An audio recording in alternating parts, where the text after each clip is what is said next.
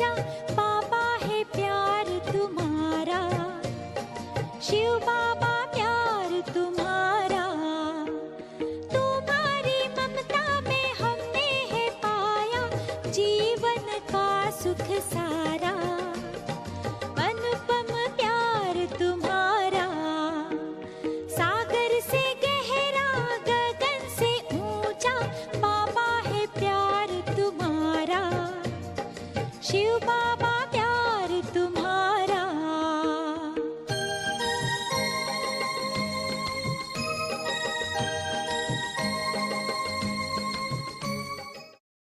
ओम शांति। ओम शांति। आज की तारीख है 12, 5 और 13 और आज रविवार है, इसलिए हम अपने प्राणेश्वर प्राण प्यारे मीठे मीठे अव्यक्त बाप दादा की अव्यक्त ज्ञान मुरली सुनेंगे। तो रिवाइज कोर्स की तारीख है 2/2/76 की मुरली है और आज की मुरली का शीर्षक है भक्तों और पांडवों का पोता मेल। वास्तव में तो बाबा ने आज भक्तों का, पांडवों का अर्थात ब्राह्मणों का और फिर यादवों का भी बाबा ने सभी का पोता मेल बताया है। तो मुरली सुनाते हुए मीठे मीठे बाप दादा कहते हैं कि आज अपने बाप दादा अपने 3 प्रकार के बच्चों का पोता मेल देख रहे थे। अब हम सब बच्चों का पोता मेल बाप दादा ने क्या देखा? 3 प्रकार कौन से? तो एक है मुख वंशावली ब्राह्मण, जो बाप दादा के साथ साथ नई दुनिया की स्थापना के कार्य में सहयोगी है। तो हर एक अपना ये समझ रहे हो ना कि हमको बाबा देख रहे हैं, क्योंकि मैं भी बाप दादा के साथ साथ क्या हूँ, नई दुनिया की स्थापना के कार्य में मददगार हूँ। तो मेरा पोता मेल बाबा देख रहे थे। दूसरा, बाप दादा के जो ब्राह्मण बच्चे हैं उनके सुमिरन में व पुकारने में जो सदा मस्त रहने वाले हैं, वो कौन है? भक्त। तो दूसरा बाबा देख रहे थे भक्तों का पोता मेल। फिर तीसरा, पुरानी दुनिया के परिवर्तन करने अर्थ निमित्त बने हुए यादव। फिर तीसरे कौन है? तो बाबा कहते हैं पुरानी दुनिया का टोटल भौतिक रीति से परिवर्तन करने के लिए निमित्त बने हुए यादव। कौन है वो? वैज्ञानिक। तो इन तीनों के संबंध से स्थापना का कार्य संपन्न होना है, इसलिए तीनों के कार्यों का पोता मेल बाप दादा देख रहे थे। तो क्या देखा? अब हम देखें बाप दादा ने हमारे में क्या देखा। कार्य अर्थ निमित्त बने हुए तीनों प्रकार के बच्चे कौन से? हम ब्राह्मण जो पांडव कहलाते हैं, दूसरे भक्त और तीसरे यादव। तो तीनों प्रकार के बच्चे अपने अपने कार्य में लगे हुए तो जरूर हैं, लेकिन तीनों कार्य में लगे हुए हैं। तो लेकिन क्या है? बाप दादा कहते हैं तीनों ही कार्यकर्ताओं के कार्य में, तीनों के कार्य करने वाले तो हैं ही बाबा के अलग अलग बच्चे। तो कार्यकर्ताओं के कार्य में जब तक तीव्रता में अति नहीं हुई है, सभी तीव्र गति से अपने अपने कार्य में लगे हुए हैं, परंतु तीव्रता में भी बाबा कहते हैं उनको गति पकड़नी है। और वो गति भी कैसी पकड़नी है? अति, जो देखने में, सुनने में महसूस हो कि अति पुरुषार्थ हो रहा है, तो अति नहीं हुई है, तब तक अंत भी नहीं हो सकता। अंत नहीं होता, क्योंकि अंत की निशानी अति है। यदि किसी बात की अति नहीं होती न जब तक, तब तक उसका अंत नहीं होता। चाहे गुण धारण करें तो हम अति पुरुषार्थ करेंगे तब हम संपन्न बनेंगे या संपूर्ण बनेंगे। ऐसे ही जो नेगेटिविटी है, नकारात्मकता है, उसकी भी जब तक अति नहीं होती तब तक उसका अंत नहीं होता। तो तीनों में ही कार्य का फोर्स है। बाबा कहते हैं ये तीनों प्रकार के बच्चों के कार्य में और कार्यकर्ताओं में फोर्स है, लेकिन फुल फोर्स ही कार्य के कोर्स को समाप्त करेगा। फोर्स है, लेकिन फोर्स में अब क्या चाहिए? Full force. हाँ, जिसको कहें 20 नाखूनों का जोर चाहिए। जब 20 नाखूनों का जोर दे करके कार्य किया जाए तब वो कार्य समाप्त हो सकता है। भक्तों के पोता मेल में बाबा क्या देखा वो बता रहे हैं कि भक्तों के पोता मेल में भक्ति के अल्पकाल का फल, हाँ, सदाकाल का फल तो हम लेंगे, तो ये भक्त ले रहे हैं अल्पकाल का फल। तो भक्ति के अल्पकाल का फल जो भक्तों को प्राप्त होता है, उसमें देखा कि 75% यानी 75% भक्त सिर्फ अपने नाम, मान और शान के प्रति स्वार्थ स्वरूप के भक्त हैं। भक्ति कर रहे हैं, भक्ति का कार्य भी कर रहे हैं, परंतु क्यों कर रहे हैं? क्योंकि उनको उसमें भक्त हूँ या सभी कहे कि ये बहुत बड़ा भक्त है, तो वो मान नाम कमाने के लिए, ताकि उनको मान मिले। तो नाम फिर मान कब मिलेगा? जब शान से कुछ दान पुण्य करें और लोग कहे कि वाह इसने कितना दान किया, इतना दान किया, ऐसे दान किया, वैसे दान किया, दान की भी महिमा हो, नाम भी गायन में आवे, दान की महिमा हो, और फिर शान से सर ऊंचा करके हर जगह पर अपनी उपस्थिति रखे। तो नाम, मान और शान, इनके प्रति स्वार्थ स्वरूप के वो भक्त हैं। अगर ये मिला तो भक्ति करेंगे, अगर उनके नाम की तख्ती लगाई जाए मंदिर में तो दान करेंगे, अगर उनका नाम सभाओं के बीच में बोला जाए, प्रवचनों में बताया जाए तो वो करेंगे, तभी उनकी शान रहेगी। तो बाबा कहते हैं कि स्वार्थ स्वरूप के भक्त हैं, इसलिए उनके कर्म के फल का खाता कैसा हुआ होगा बताओ? द्वापर युग से लेकर के भक्ति शुरू हुई, अब तक भक्ति सतो रजो तमो में अब तमो प्रधानता में आ गई है। तो अभी तो सभी स्वार्थ से ही कर रहे हैं, तो खाता क्या हो गया? बाबा कहते हैं उनके कर्म का खाता समाप्त हुआ पड़ा है, जैसे कि समाप्त हो गया है। बाप को फल देने की आवश्यकता नहीं, क्योंकि उनकी मेहनत का, उनके पुरुषार्थ का जो फल देना था वो खाता पूरा हुआ। तो अब बाबा को फल देने की आवश्यकता नहीं। बाकी 25% भक्त नंबरवार लगन प्रमाण भक्ति कर रहे हैं, बाकी थोड़ा सच्ची दिल से लगन से भक्ति कर रहे हैं, तो उनकी भक्ति का फल इस पुरानी दुनिया में उनको प्राप्त होना है। उनका फल देने का भी बाकी रहा है, क्योंकि भक्ति का खाता अब आधा कल्प के लिए ही समाप्त होना है। तो बाबा कहते हैं अभी तो भक्ति का खाता ही अभी समाप्त होने जा रहा है। तो अब जो बाकी रह गए हैं 25%, उनको तो भक्ति का फल देना ही होगा। उनकी गतिविधि क्या देखी? भक्तों को भी अपनी भक्ति का फल कैसे मिल रहा है? जो 25% बाकी हैं, जिनको फल देना बाकी है, तो उनको कैसे मिल रहा है? अभी अभी किया और अभी अभी मिला। अभी भक्ति करते और अभी उनको फल मिलता। तुरंत दान महापुण्य जैसे कहते हैं ना, तो अभी भक्ति की, मेहनत की और अभी अभी प्रभु से वो प्राप्त भी हो जाता।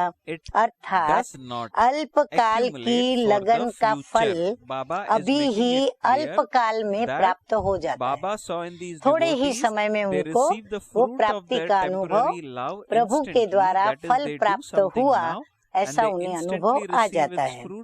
भविष्य उनका जमा नहीं होता, फल मिल जाता है ना, परंतु उनका भविष्य के लिए जमा नहीं होता, क्योंकि टोटली दुनिया का ही नाश होना है, तो जमा का प्रश्न नहीं रहा। भक्तों की प्राप्ति का रूप ऐसे है जैसे बारिश के मौसम में चींटियों को पंख लग जाते हैं और वे बहुत खुशी में उड़ने लग जाती है, लेकिन वह अल्पकाल की उड़ान उसी सीजन में ही उनको समाप्त कर देती है। ऐसे भक्तों को भी भक्ति की फल प्राप्त हुआ, खुशी मिली, खुशी में वो उड़ने लगे, अपने कार्य में चलने लगे, लेकिन अल्पकाल की भक्ति, अल्पकाल की लगन तो अल्पकाल की प्राप्ति तो अल्पकाल का फल, तो इसीलिए वो उनका समाप्त हो जाता है। वहाँ ही प्राप्ति और वहाँ ही समाप्ति। वैसे ही अब के भक्त अर्थात कलह युगी तमो प्रधान भक्त, अभी के जो भक्त हैं, अल्पकाल के फल की प्राप्ति में खुश हो जाने वाले हैं। अभी के भक्तों की वो जो 25% है, वो कैसी क्वालिटी है कि उनको अभी किया और अभी उनको यदि अल्पकाल का भी फल मिला तो वो उसमें खुश हो जाते हैं। इसीलिए उनके फल की प्राप्ति का कार्य ड्रामा अनुसार जैसे कि समाप्त हुआ ही पड़ा है। सिर्फ 5% प्राप्ति का कार्य अब रहा हुआ है। उसमें भी अभी 25 में से भी सिर्फ 5% का ही प्राप्ति कराने का कार्य बाबा की तरफ से रहा हुआ है, जो अब अति अर्थात फुल फोर्स से वो चिल्लाएंगे। तो भक्ति अभी 5% बाकी रह गई, तो वो 5% का रूप कैसा होगा? तो बाबा कहते हैं फुल फोर्स से वो अभी चिल्लाएंगे, उसमें भी विशेष शक्तियों को पुकारेंगे कि वरदान दो। क्यों पुकारेंगे? वरदान प्राप्ति के लिए कि हमें वरदान दो। दूसरा कहेंगे शक्ति दो। कमजोर हो जाती हैं आत्माएं कलयुग के अंत में, तो शक्ति की प्राप्ति के लिए पुकारेंगे कि हमें शक्ति दो, साहस और हिम्मत दो। विषय विकारों के कारण इतने कमजोर और अशक्त हो जाते हैं कि साहस और हिम्मत के लिए, और फिर बाबा कहते वरदान और शक्तियों के लिए किसको पुकारेंगे? बाबा कहते हैं विशेष तुम शक्तियों को पुकारेंगे। अभी यह अति में जाकर फिर समाप्त होने वाला है। तो भक्तों के पोता मिल का रजिस्टर जैसे कि समाप्त हुआ ही पड़ा है। जो थोड़ा बहुत रहा है वह अभी अभी कर्म, अभी अभी भक्तों का कर्म और अभी अभी फल के रूप में समाप्त हो जाएगा। ये था भक्तों का समाचार। तो बाबा ने दिया हम बच्चों को भक्तों का पोता मेल का समाचार। बाबा ने कहा ना 3 प्रकार के बच्चों का पोता मेल बाप दादा देख रहे थे। तो भक्तों के पोता मेल का समाचार बाप दादा ने हम बच्चों को सुनाया। अब हमें क्या सुनने का इंतजार है कि हम ब्राह्मणों का, पांडवों का पोता मेल का समाचार क्या है ना ऐसे। तो आइए सुनते हैं। अब बाबा कहते हैं हमारा इंतजार बढ़ा रहे हैं। बाबा हम ब्राह्मणों का और पांडवों का समाचार अभी नहीं सुना रहे हैं। अभी बाबा हम बच्चों को सुना रहे हैं दूसरा, इसका बाकी रह गया था यादव सेना का। तो यादव सेना का समाचार, उनके पोता मेल में क्या देखा? अब बाबा वो देखो क्या देखा बताते हैं। उनके हर कदम पर उनके क्वेश्चन मार्क देखे। वैज्ञानिक रिसर्च करते रहते हैं, खोजते रहते हैं। तो खोज कब शुरू होती है? प्रश्न से। जब तक वो प्रश्न न करे कि ये चीज कैसे उत्पन्न हुई, इसकी उत्पत्ति कहाँ से हुई, इसकी उत्पत्ति का फायदा कितना, नुकसान कितना, और ये उत्पत्ति क्या क्या करेगी, कैसे कैसे दुनिया का परिवर्तन करेगी, तो ये प्रश्न ही प्रश्न उनको उठते हैं। तो हर कदम पर उनके क्वेश्चन मार्क दिखे। स्पीड तेज करने के वो बहुत चातक देखे। बाबा ने देखा कि वो अपनी जो भी कार्य कर रहे हैं उसकी स्पीड बढ़ाने के वो बड़े चातक देखे। लेकिन जितना स्पीड को तेज करते उतना ही क्वेश्चन मार्क की दीवार बार बार आने के कारण स्पीड को तीव्र नहीं कर पाते। उनके प्रश्न के आगे कौन सा विघ्न बन जाता है? दीवार आ जाती है। अब वो दीवार कौन सी है वो बाबा आगे बताएंगे। लेकिन वो दीवार के कारण वो अपनी स्पीड को तीव्र नहीं कर पाते। और फिर क्वेश्चन मार्क उनके कौन से हैं? उनके क्वेश्चन मार्क क्या है? एक तो आरंभ कौन करे? ये जो विनाश का कार्य करना है, समाप्ति का कार्य करना है, तो इसकी शुरुआत कौन करे? आरंभ कौन करे? मैं करूं या वह करे? माना मैं करूं या फिर जो दूसरे पक्ष में सामने है वो करे। फिर दूसरा प्रश्न उनका, अब करें या कब करें? अब करें, कर दें, या फिर सोचते हैं कि कब करें, किस वक्त पर करें? तीसरा उनका प्रश्न, इसकी रिजल्ट क्या होगी? विश्व के ऊपर इसका प्रभाव क्या होगा? इसकी रिजल्ट क्या होगी? अभी क्रोध अग्नि प्रज्वलित होगी, होती, और कभी फिर क्या होगा का संकल्प रूपी पानी के छींटे अग्नि को शीतल कर देते हैं। अभी देखो तो उनकी क्रोध अग्नि प्रज्वलित हो जाती कि बस हम अभी कर डालें, परंतु फिर क्या होता है? संकल्प आता है कि हम कर तो देवे, पर फिर क्या होगा विश्व का? तो फिर वो संकल्प रूपी पानी के छींटे उनके इस अग्नि स्वरूप प्रश्न के ऊपर पढ़ने से वो संकल्प शीतल हो जाता है। चौथा क्वेश्चन उनका होता है कि ये सब कराने वाला कौन, प्रेरक कौन है? क्योंकि उनको महसूस होता है कि ये सब कराने वाला कोई प्रेरक है, परंतु वो कौन है जो हमें प्रेरणा देता है? तो इसमें वो कंफ्यूज हो जाते हैं। उनको वो मिलता नहीं कि वो प्रेरणा दाता कौन है, तो कंफ्यूज हो जाते हैं। तो वो अपने आप को नहीं समझ रहे हैं। होश और जोश, इसी दुविधा में है वो। या तो होश में आते या फिर जोश में आते, इसलिए स्वयं से ही परेशान हो जाते हैं। एकांतवासी बनना चाहते, अंदर में उनको एकांतवास में जाने को मन करता, लेकिन बुद्धि एकाग्र नहीं होती। जो कार्य कर रहे हैं, कार्य उनको खींच रहा है, इसलिए बार बार जोश में आते हैं। कार्य उनको याद आते ही जोश आता है कि बस कर डाले। बहुत तेजी से प्लान बनाते, फुल तैयारी भी कर लेते, प्लान तेजी से बन जाता, तैयारी भी कर लेते। समय, सेना, शस्त्र और स्थान सब सेट कर लेते हैं। ऐसे ही समझते हैं कि अभी हुआ कि हुआ। विनाश का पहला बम कहाँ छोड़ना, जो सृष्टि पूरी इसके प्रभाव में आ जाए, तो वो सब प्लान भी करते, समय, सेना और शस्त्र भी तैयार करते, सब सेटिंग भी कर लेते, और ऐसे भी अंदर में समझते हैं कि बस अब हम ये छोड़ेंगे और ये हुआ कि हुआ। बहुत फास्ट तैयारी में रहते, एकदम रेडी रहते हैं, लेकिन लास्ट प्रैक्टिकल के समय में कंफ्यूज रूपी सिग्नल लग जाता। जैसे ही वो स्विच ऑन करने जाते, उनके हाथ को ब्रेक मिलती संकल्प की, तो वो कंफ्यूज हो जाते हैं।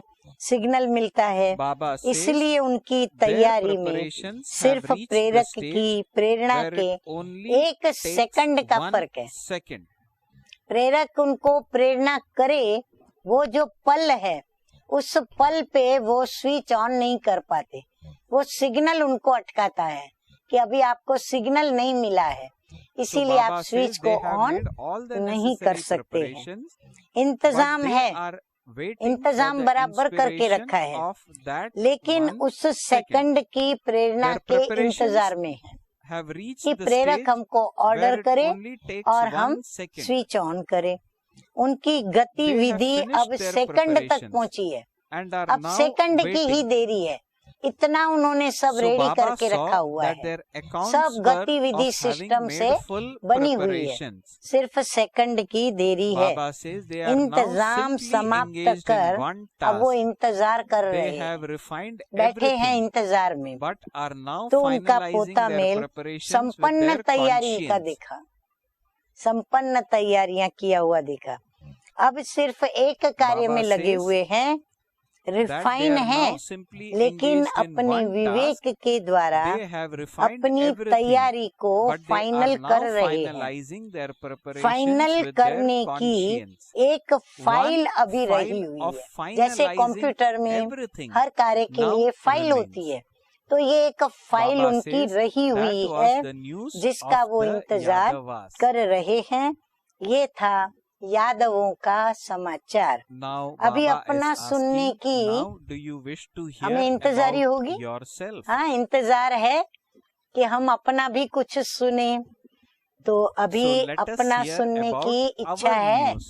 देखो बाबा भी हमारी अंदर की उत्सुकता को पहचान कर हम बच्चों से वही बात कर रहे हैं कि अभी अपना समाचार सुनने की इच्छा है। प्रेरणा लेने वाले तो तैयार हैं, लेकिन प्रेरणा देने वालों का क्या हाल है? हाँ, प्रेरणा लेने वाले यादव रेडी बैठे हैं, हाँ संपन्न करके बैठे हैं, लेकिन हम जो देने वाले दाता हैं, मास्टर दाता, बाबा कहते हैं उन देने वालों का क्या हाल है? वैसे कहावत है, देने वाला दे, लेने वाला थक जाए। तो बाबा कहते हैं इतना दे रहे हो कि वो थक के बैठ जाए, लेकिन इस बात में लेने वाले न मिलने के कारण थक रहे। हाँ, यहाँ उल्टी बात हो गई है। यहाँ लेने वाले क्या कर रहे हैं कि उनको मिल नहीं रहा है, इसलिए थक रहे हैं। लेने वाले लेने के लिए तैयार हैं और देने वाले स्वयं में ही अब तक लगे हुए हैं। लेने वाले रेडी बैठे हैं, लेकिन हम देने वाले क्या कर रहे हैं? हम अपने ही उस पुरुषार्थ में संपन्न और संपूर्ण बनने के कर्मातीत स्थिति में जाने के पुरुषार्थ में अब तक लगे हुए हैं। तो ब्रह्मा मुखवंशावली ब्राह्मणों का पोता मेल क्या हुआ, वो जानते हो? बाबा पूछ रहे हैं कि आप जानते हो अपना पोता मेल, या फिर बाबा सुनाए? क्या चाहते हो? हम तो जरूर कहेंगे बाबा सुनाए। ब्राह्मणों के रजिस्टर में विशेषता क्या देखी? विश्व परिवर्तन व विश्व कल्याण की शुभ भावना मेजोरिटी के पास ही मर्ज है। सभी के अंदर में शुभ भावना की और विश्व के कल्याण की, परिवर्तन की भावना जो है, बाबा कहते हैं सबके दिलों में है। लेकिन चलते फिरते जैसे यादवों की स्पीड क्वेश्चन मार्क के कारण तीव्र नहीं होती, ऐसे ब्राह्मणों की श्रेष्ठ भावना का प्रत्यक्ष फल प्राप्त होने वाला ही होता है, यानी प्राप्त होने पर होता है। तो बीच में कोई न कोई रॉयल रूप की कामना शुभ कामना को मर्ज कर देती है। कोई न कोई ऐसी कामना अंदर उठती है, चाहे नाम की, चाहे मान की, चाहे शान की, कोई भी अलबेलेपन की, आलस्य की, जो भी हो। तो बाबा कहते क्या होता है, वो कामना शुभ कामना को मर्ज कर देती है। तो ब्राह्मणों की गतिविधि में शुभ भावना और रॉयल रूप की कामना, इन दोनों की कलाबाजी चल रही है। घड़ी में देखो शुभ कामना, घड़ी में देखो तो रॉयल रूप की कामना। तो शुभ भावना और रॉयल रूप की कामना दोनों की कलाबाजी चल रही है। जैसे पके हुए फल को पंछी समाप्त कर देते हैं, वैसे भावना के प्राप्त हुए फल को कामना रूपी पंछी समाप्त कर देता है।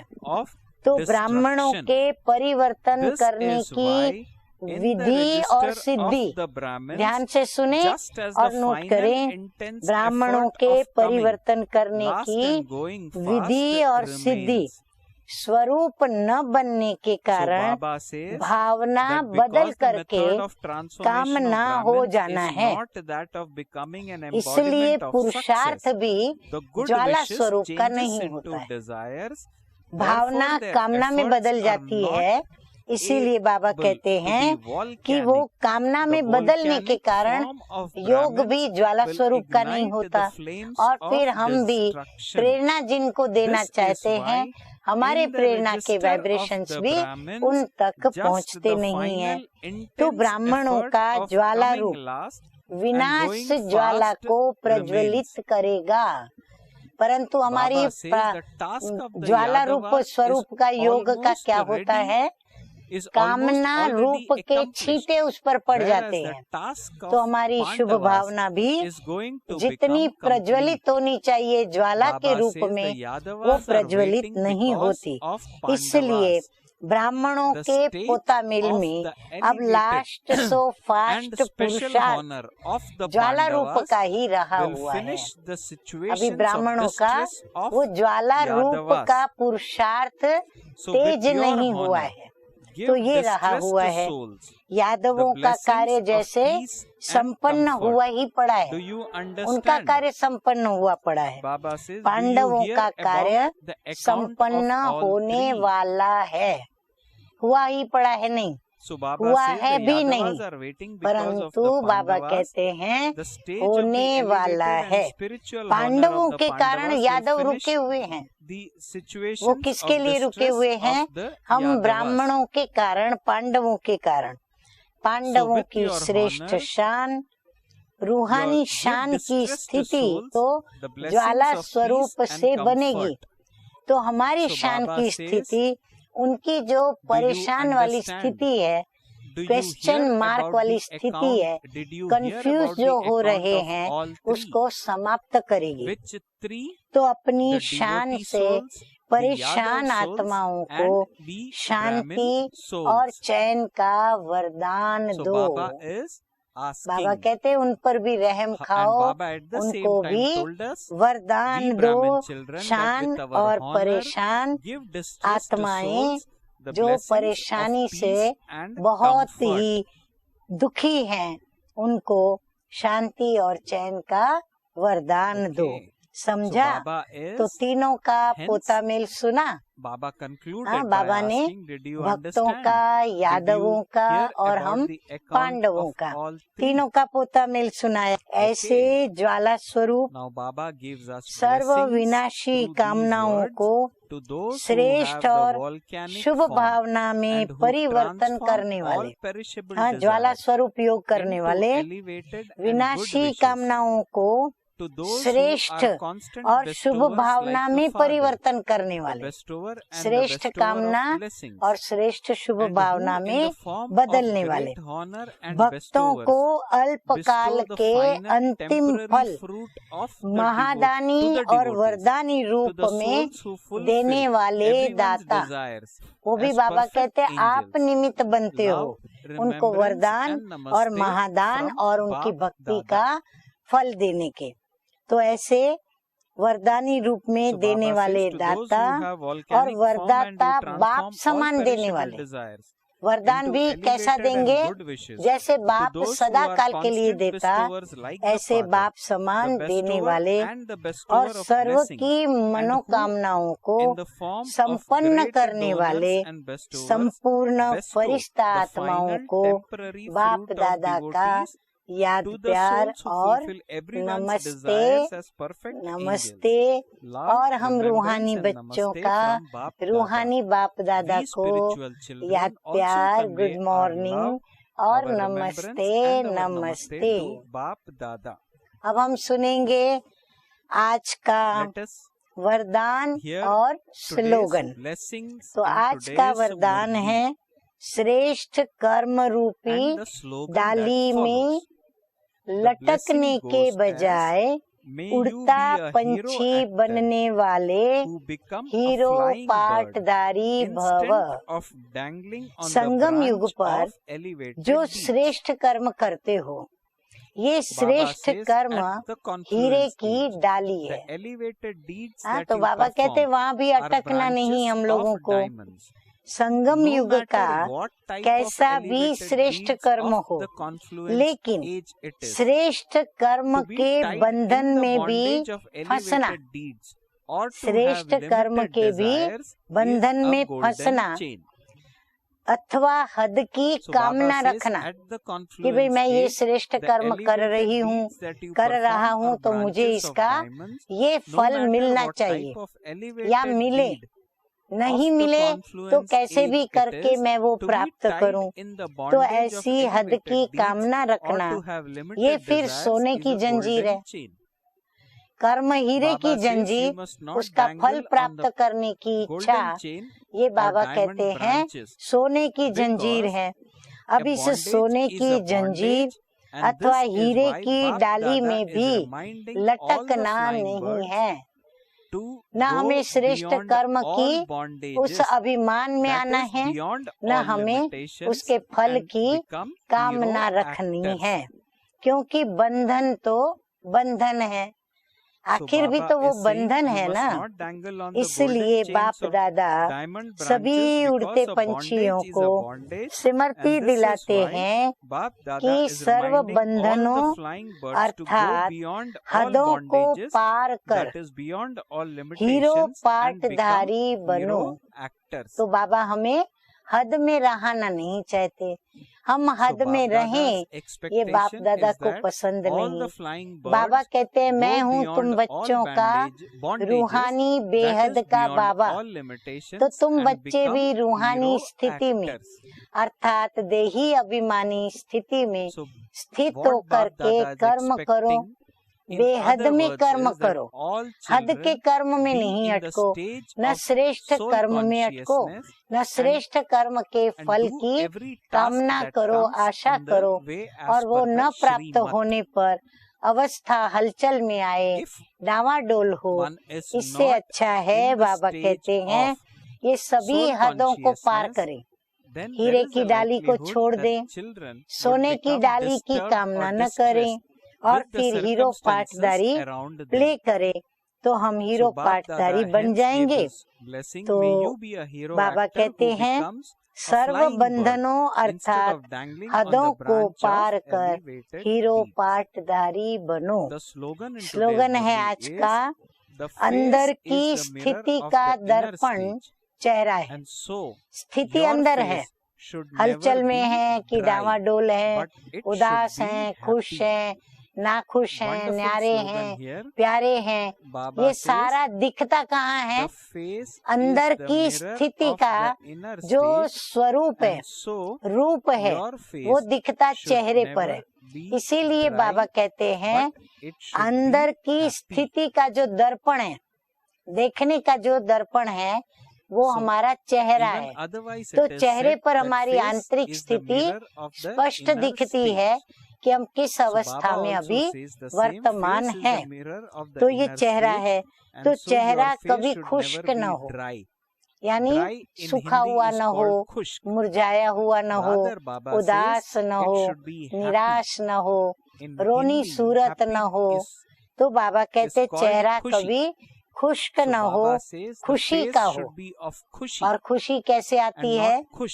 खुशी की खुराक तब मिलती है जब हम बच्चे मीठे मीठे बाप दादा को एक तो याद करते हैं, दूसरा उनकी याद की लगन में जितना हम मगन रहेंगे उतनी हमारी बुद्धि भी क्या करेगी?